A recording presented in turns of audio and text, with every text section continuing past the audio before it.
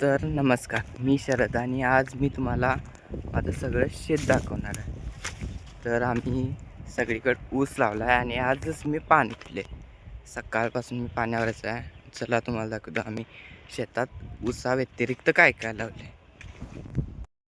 इकडं थोडं कोबीस लावला आहे आणि वांग्याची झाडं पण लावलेत आणि मम्मीनं आमच्या मेथी, हरभरा, धने तसंच मूग टोकणलेत, उडीद असे आंतरपिकं आम्ही घेतलेत यातून. तर दाखवतोय तुम्हाला.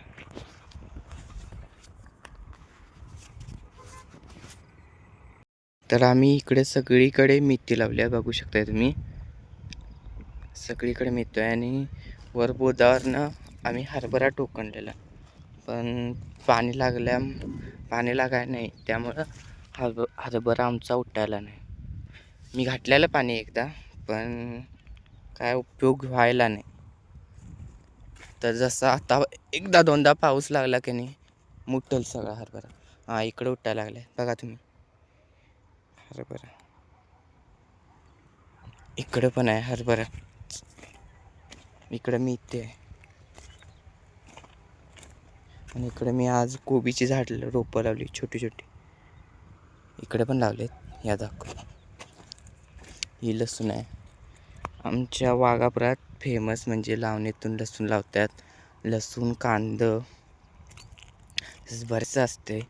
हरभरा असतोय, उडीद असते, मूग असते, तसंच आणि भरपूर आंतरपिकं घेतात.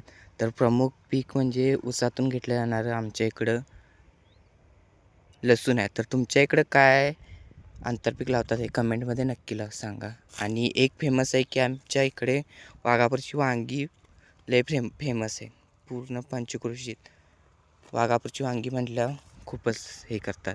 तसं आम्ही पण लावलेत, थोडेच लावलेत, कारण सगळीकडे रान लय होते, त्यामुळं आम्ही थोडेच खाय वाटतं केले. तुम्हाला गवारीची टोकणला दाखवतो. गवार भाऊची, आमच्या इकडे गवारीला भाऊची म्हणतात. ही छोटी छोटी आहेत गवारीची. गवारच आहे सगळी, 4 सरे केलेत. गवारी म्हणजे भाऊची. इकडे आमच्या वाघापुरात पण भाऊची पण खूप सारे लोक करतात. दाखवतो. हे मूग आहे, हे पालक केलं आहे, एक सरी पालक आहे. थंडीमुळं सगळं गारटलेत.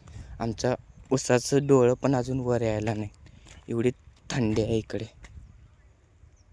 तुम्ही बघू शकता केवढी थंडी आहे.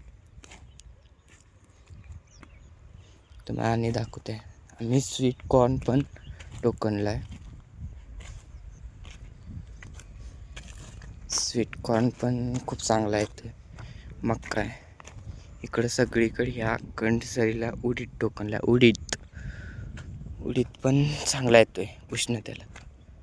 इकडं कांदा आहे सगळीकडे, कांदा लसूण बघा. एक सरी, एका बाजूला कांदा, एका बाजूला लसूण, एका बाजूला कांदा, एका बाजूला लसूण आणि आतून डोळा म्हणजे ऊस. आंतरपिकामुळं एक फायदा होतो की ऊसाला आपल्याला आंतरपीक पण येते आणि ऊस पण येतो आहे. हे काय 4 महिन्यात निघतं, तो पण ऊस भरणीला येतो आहे. मग भरणी झाली की नाही मग ऊसाला काय होत नाही. आणि कडधान्य जर तुम्ही ऊसातून केलं तर एक तुम्हाला फायदा होणार आहे की नायट्रोजनच्या गाठी असतात, रायझोबीयम असतात मुळाशी कशाच्या, कडधान्याच्या. त्यामुळे त्याचा फायदा तुम्हाला ऊसालाच होणार आहे. तिकडं चवळे आहे आणि एवढं सगळं आमचं ऊसाचं शेत आहे. एवढं तिकडं खालीपर्यंत आमचंच आहे. हे पण आमचंच आहे ऊसाचं. आणि आज बाजार आहे त्यामुळं गर्दी पण रोडला खूपच आहे, लई गर्दी आहे. आणि इकडं मोळा टोकून भुईमुळा, मुळ्याच्या शेंगा पण असतात, कारण का आमच्या आम्ही कुठे टोकणले माहीत नाही. वाटाणा टोकणलेला, तो पण गाळून बसला.